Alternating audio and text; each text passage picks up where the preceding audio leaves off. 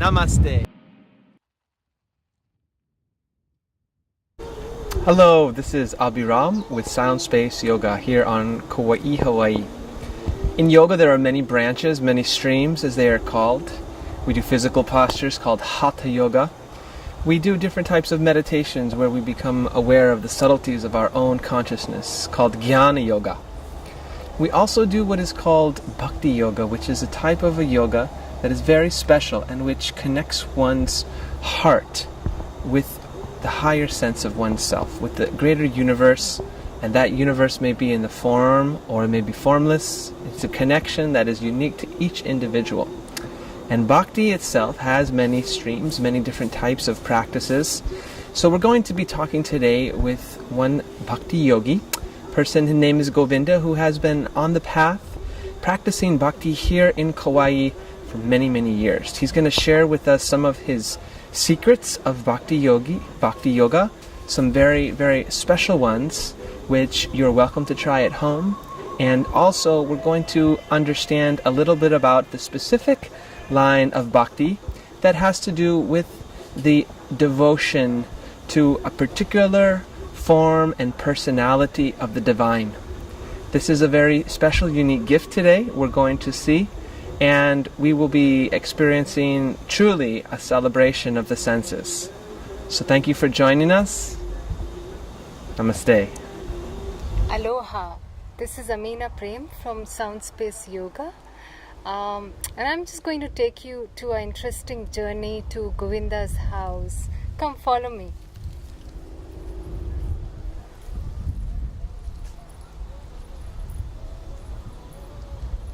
We are going to see if he's around, and we are going to do some awesome learnings with him. This is like an old island style knock.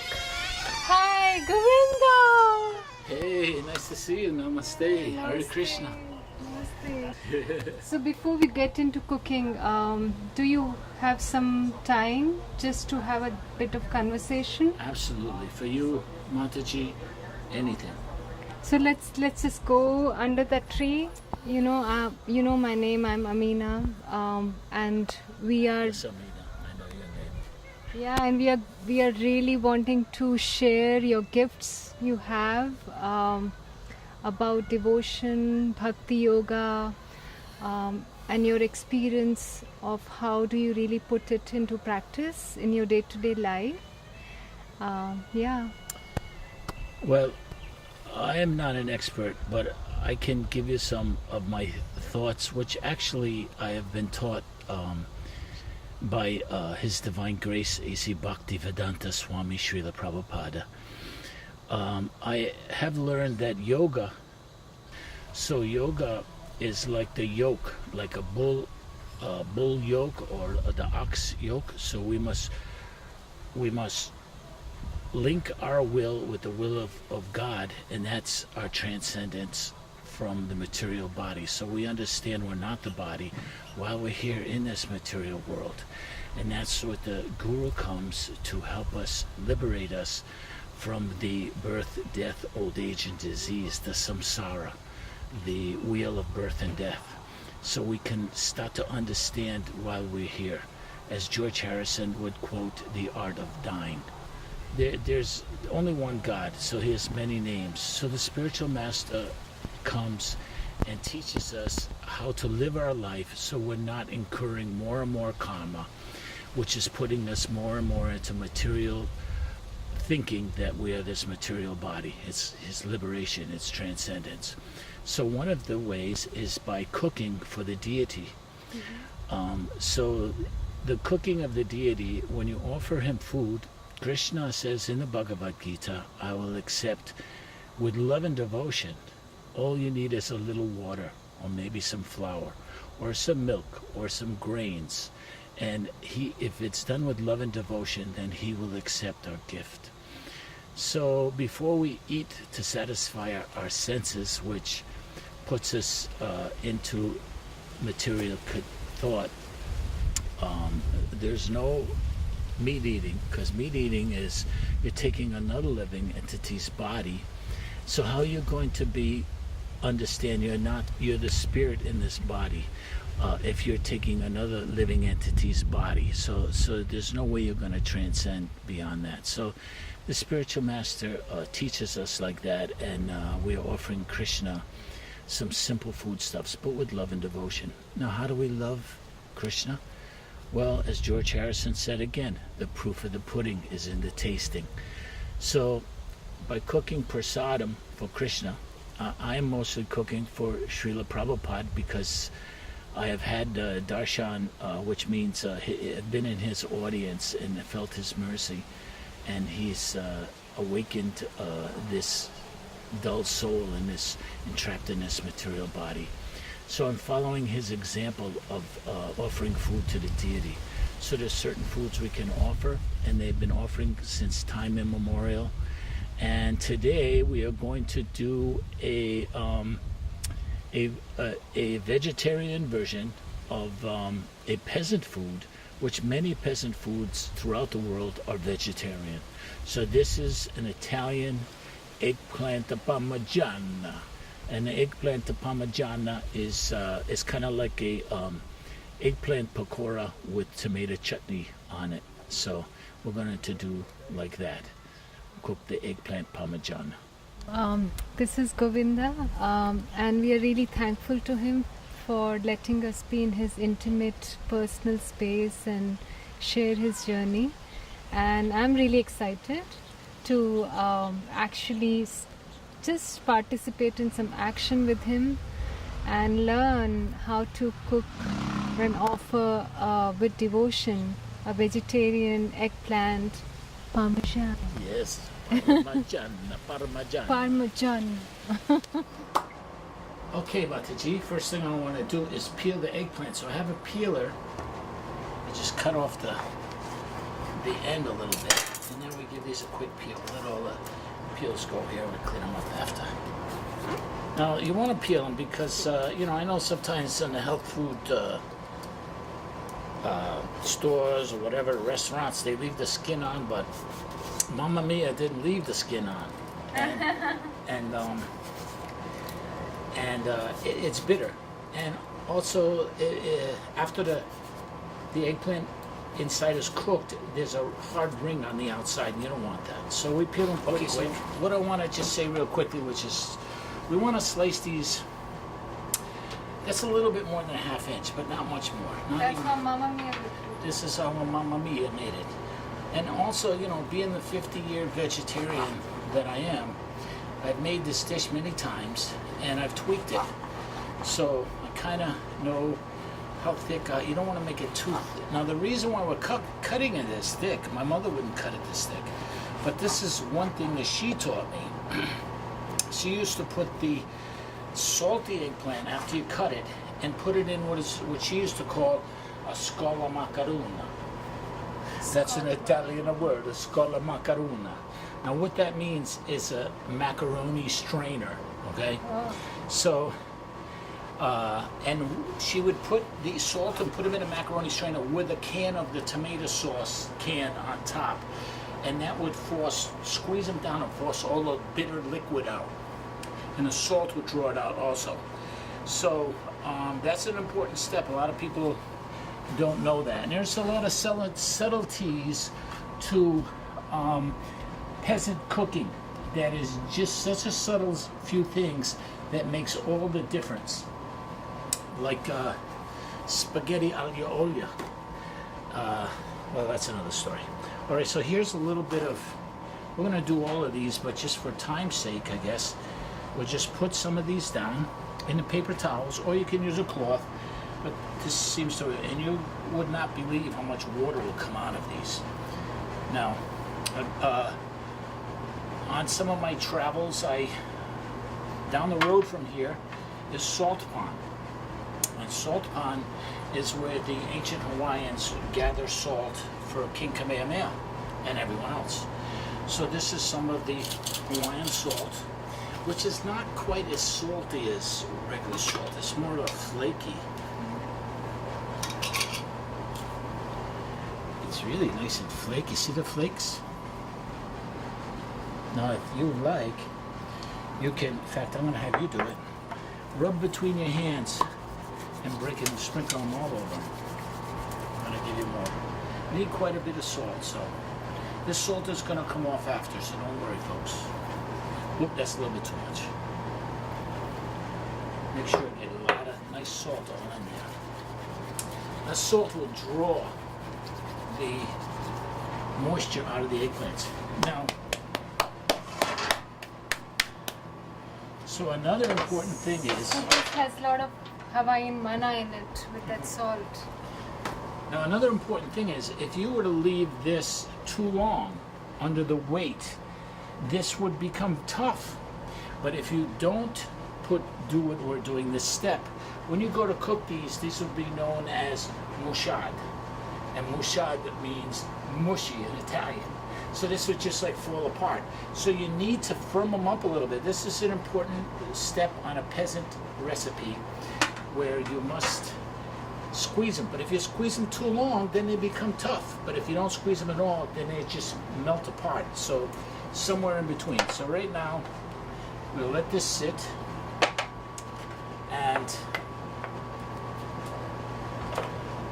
I don't have the can of sauce that my mother had, so we'll just use a little bit. So when you do a parmesan, you can do exercise also to digest that. I hope you're really enjoying it. So here is a quick recap of where we are so far. We had those beautiful eggplants. We peeled them off. We chopped them in thick slices. And see, here they are. We sprinkled some salt on top of them. So this is a very traditional Italian way of taking out water from eggplants before they actually get into the real meat dish. This process will take roughly about 15 minutes, 10 to 15 minutes, and you will see you can already see a lot of water actually oozing out from them. So what is there in this sauce? There is a little bit. Now my wife doesn't like to give all her secrets away, so. But she puts a little bit of coriander cumin, that much I know, and that kind of gives it a little sweeter flavor and gives it a little more depth. What are we going to do now? So we're going to heat up Althea's sauce a little bit, but we're going to bread the eggplant. What we're going to do is a 3-part method. And all the cooks, Bobby Flay and all these guys on TV, Mario Batali, a little shout out to Mario Batali, forget about it. And who's the other guy with the Michael Simon? He loves pigs. Oh well, he's starting to look like Porky a little bit, but I'm not going to go there. I still love him. Good cooks. So anyway, the 3-bowl method. You keep one hand dry and the other hand wet, and you're going to go dredge it in dry, the eggplant, dry flour. Then we're going to put it in. They use the egg, but we're going to use a little thin batter made with milk and flour, like a pancake batter. And it's going to have salt in it. And then, no, we don't need salt. We already got salt. And then we're going to drop it in some breadcrumbs. Now, homemade breadcrumbs are the bomb, but for the taste of the Italian way, Grandma and Grandpa, it's a vegetarian thing. It's called a progresso breadcrumbs. So that's what we're going to use, is the progresso. So we're going to kind of, in a sense, make eggplant pakora, but not really. So I hope you all are enjoying this. It's really exciting. It's a traditional way of making it. A lot of love and affection poured into this recipe. And here we are with some organic flour. Now this is all-purpose flour, which is good. Now I'm going to tell you, my wife is a little scientist when she cooks. Me, I don't hardly ever measure anything. So we're just going to make the loose batter. And, so this is roughly like 5-6 spoons of this, 6-7 spoons of this. Which is maybe a cup, a little less than a cup. You could use about a cup. Yeah. But we don't want to use too much flour because we want to make a thin batter. So you could stir as I pour. Go ahead. So we're trying to make a thin batter. that was maybe a third of a cup of milk to a cup of flour.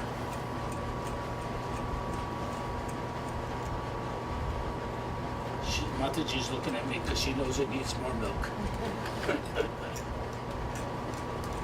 So we're just going to make a little pancake type batter. Put it in a shot.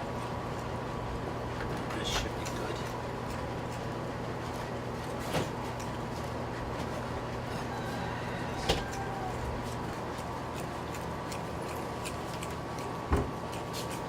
Is that loose?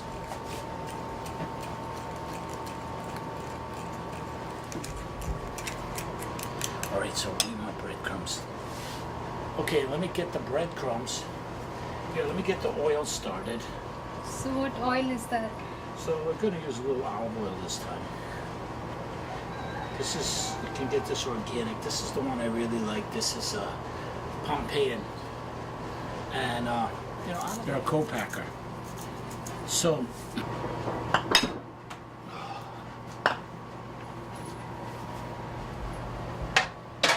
see, soaking wet, right, Mataji? Yep.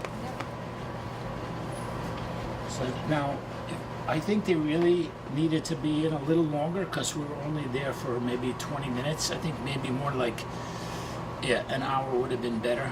But yeah, you can already feel the difference. They've become a little more firmer. Yeah. Yeah, see, they definitely do. But I would say a little bit more. But for time's sake, I think we're going to go with what we got. Now, I'm supposed to put the oil on. I gotta let the oil heat up a little bit though.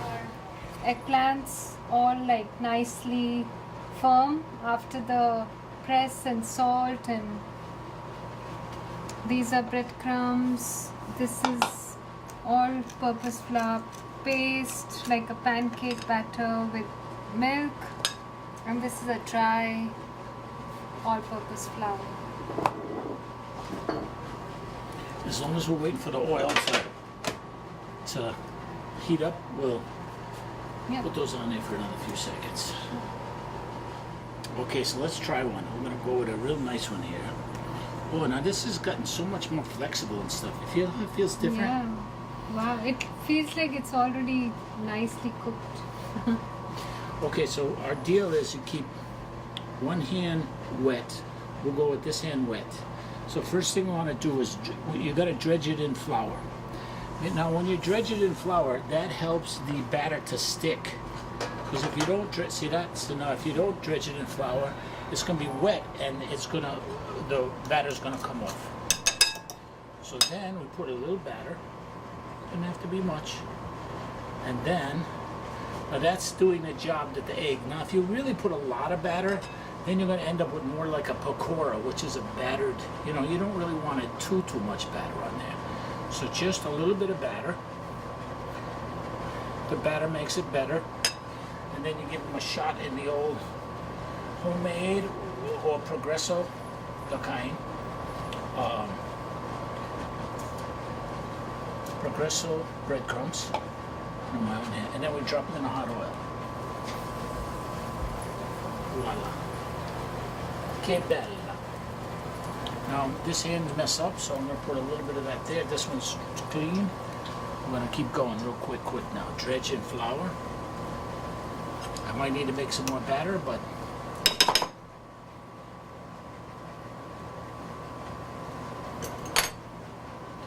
batter sticking.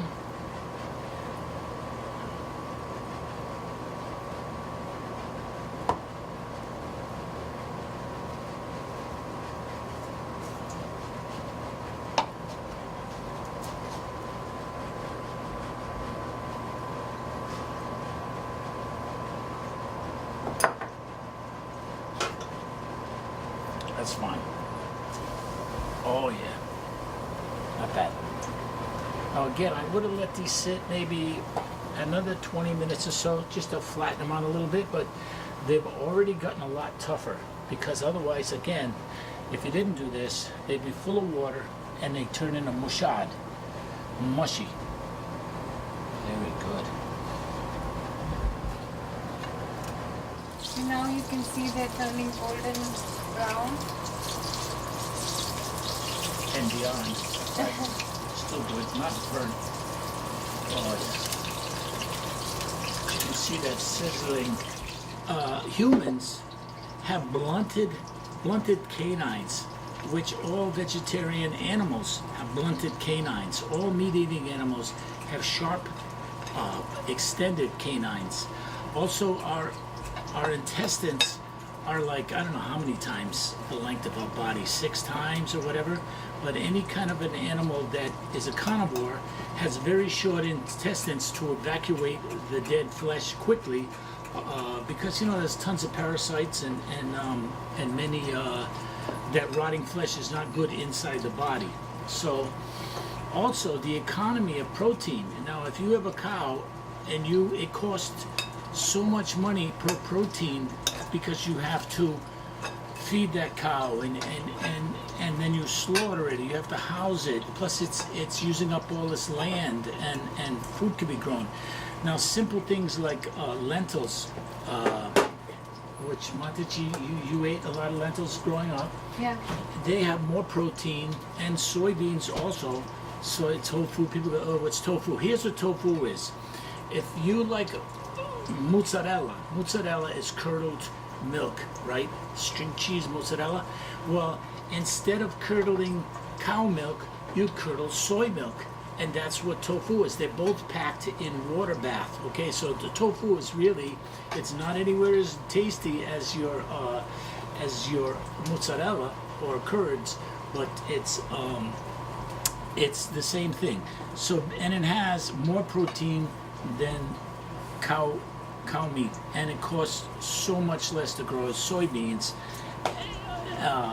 Like one cow can feed maybe 100 people. That's where in that same space the cow is going to be, you can feed thousands of people with soy or lentils. Milk and yogurt is a big source of protein. Yogurt. Now, yogurt's very important. A lot of people are having trouble with balancing the bacteria in their body, and they're eating sugar, and the little bugs in there are going nuts, and you get swelled up, and that's what gives you gas and diarrhea, and also it swells up your joints because you're feeding the bad bacteria in your body. Now, there's 2 kinds of bacteria. One bacteria digests your food, and the other bacteria rots your food in your body. So if your bacteria is out of whack, you're going to be sick. And a lot of people just don't know what to do with it. They sell all kind of things that give Band-Aid for the symptoms.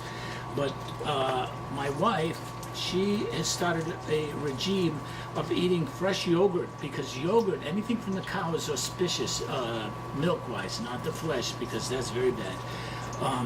But the auspicious yogurt helps the digestive bacteria in your body, and you eat a little yogurt every day in the morning. That is super protein, and it also balances your bacteria, your digestive and bacteria in your stomach, makes you healthy. So little yogurt in the morning. They say Activia and this and that, but and then you get these yogurts like Yoplait. They're loaded with sugar.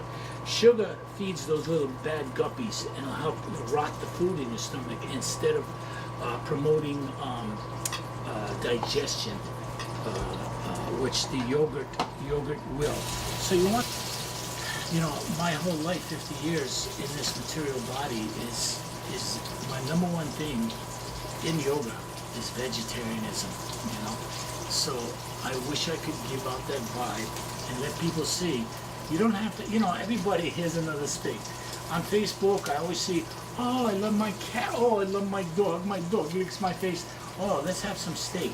Or let's feed the cow steak. What about the poor cows? Cows, I see friends of mine have cows. They lick their face. They come and hug. They'll never step on a baby or an animal, a big cow. They are so full of love. They love their kids. They give them milk. No, that's okay. We can kill a cow, but let's love our dog and let's love our cat. So I'm asking, can everyone just have a little compassion and for the cows And for the chickens, chickens, you don't want to get a birth where, let's utilize this human form of life for learning how to get out of samsara, this wheel of birth and death, because we're the eternal souls in this material body. So let us do some yoga.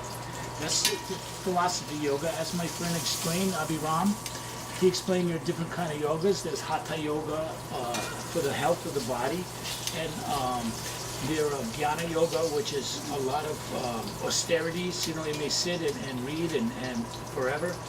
In this day and age, it's recommended that we do bhakti yoga. Bhakti yoga is serving a deity some nicely cooked food, which is called mercy, prasadam, and chanting Hare Krishna Maha Mantra, which is what?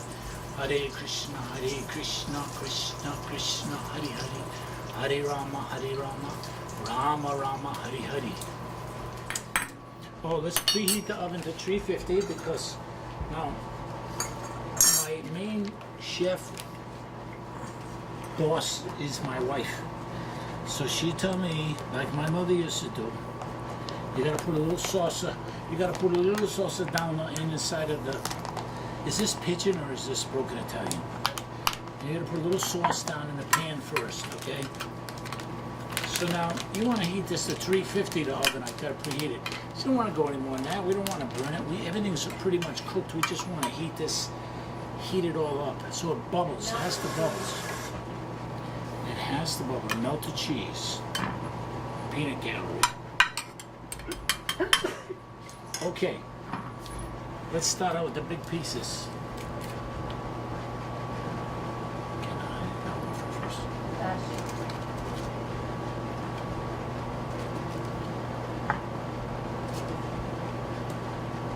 Hare Krishna, Krishna Krishna, Hare Hare,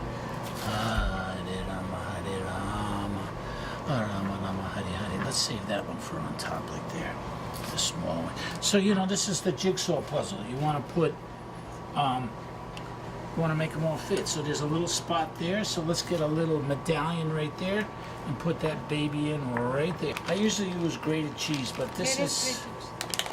Well, we can put this too. This is what kind? Asiago.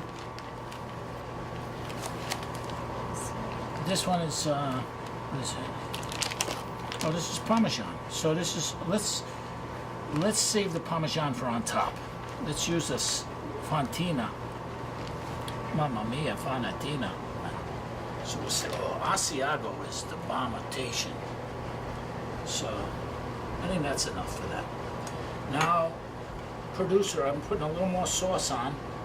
You don't want these things to be totally soaky-dokied with sauce, so we'll put the more sauce on the top, and we'll save the lion.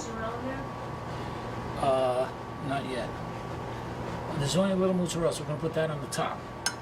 We'll put a little bit. All right, so that's one layer. We got look at that. Oh, Madonna. Madonna Mia. Do you have any idea what Madonna Mia means? Madonna Mia means the Blessed Virgin Mary. Now, there are many stories about Jesus and Blessed Virgin Mary. God bless them. We love Jesus. We love Mary. Provolone, leave mine alone. Because these come in a fat wheel in the store, and they're about this long in the Italian stores. And you get a chunk of it. Go a little more sauce. Yeah, let's put a little bit more of this, I guess. And then, no, I'm only putting the sauce thin, because again, you don't want these to get oversaturated. And what's the old saying? You can't use too much cheese. Everybody likes cheese. So, do you want to put a little on? Put a little on the cheese. Give her, my wife, just like your wife, everything tastes sweeter when she does it because of these. The hands, the Italian woman or Indian or Irish, English, when the mother has coming from her heart cooking with love, the sugar comes right into the hands, comes into the dish.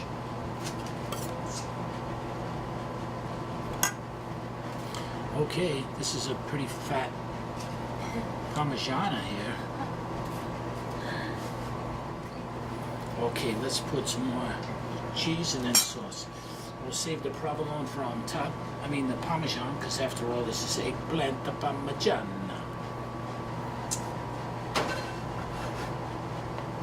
More than that. You gotta use the top layer. Has to almost make a crust, you know.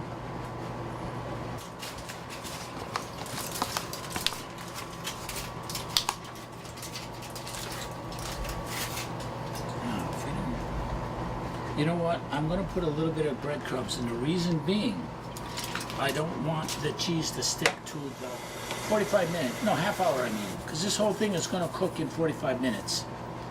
So I'm sprinkling a little breadcrumbs on the cheese so that it won't stick. This is normal for eggplant Parmesan. Put a little eggplant, little breadcrumbs on top. Now, the other thing, no scared, Hawaiian style, you can go like this.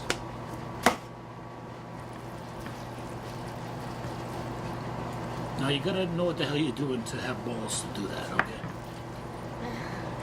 Well, there you go. Alright? Now we're gonna cook this for 45 minutes at 350. Half hour with the foil and 15 minutes without. Because then we're gonna let it get brown on top with the 15 minutes without. And it's going to stop bubbling. Then we know it's done. Okay? So the oven's preheated at 350. I wish we had one of those magic ovens. You put it in and then you come out. Well, I think that's what we're going to do. But I'm going to throw it in right now.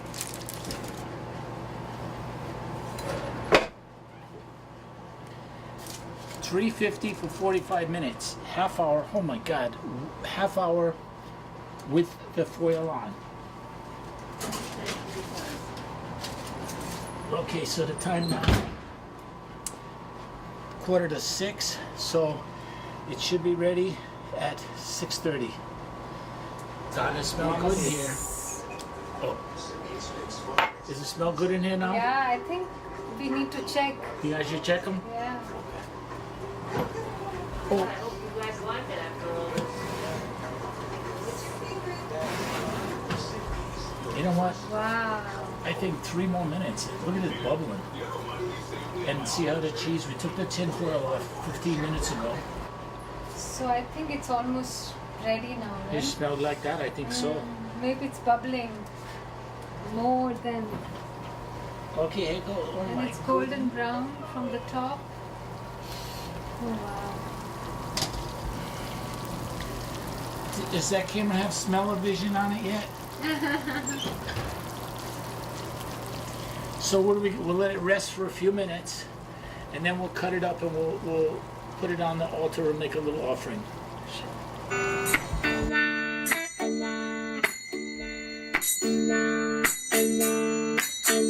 Krishna, Hare Krishna, Krishna Krishna, Hare Hare,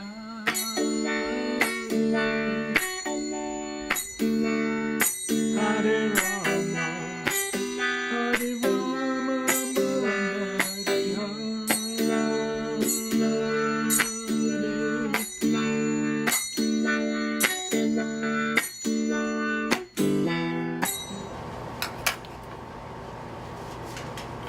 Hare Krishna, Hare Krishna, Krishna Krishna, Hare Hare. Srimati Tulsi Devi. Hare Rama, Hare Rama, Rama Rama, Hare Hare. Okay, let's go offer this to the deity.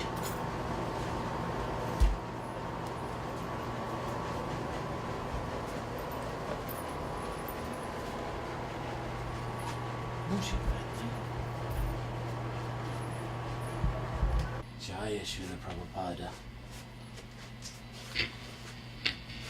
Namo Vishnu Padaya Krishna Prastaya Bhutale Sri Mukti Bhakti Vedanta Swami Iti Namane Bhaja Shri Krishna Chaitanya Prabhu Nityananda Sri Advaita Gadadhar Sri Vasari Gaur Bhakta Vrindam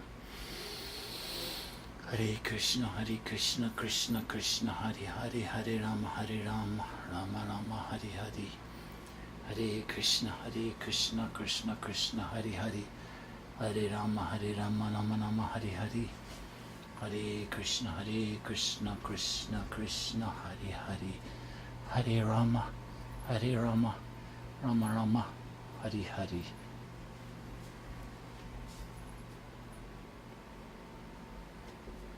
We have done our offering, and Now we can enjoy the fruits of our labor. so I'm going to just dig in and take Okay, the first I bite. want to look at your face when you first eat them.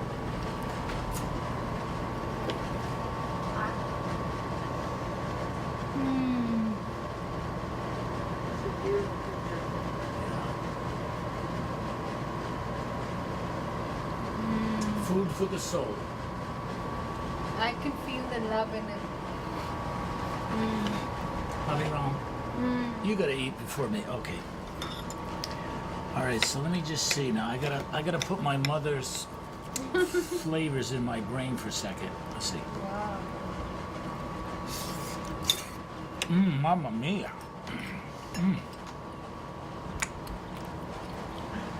That's Ono. So I just have a friend say broke all the mouth. I said, what does that mean? It tastes so good it broke all my mouth. I know. It's all over the place.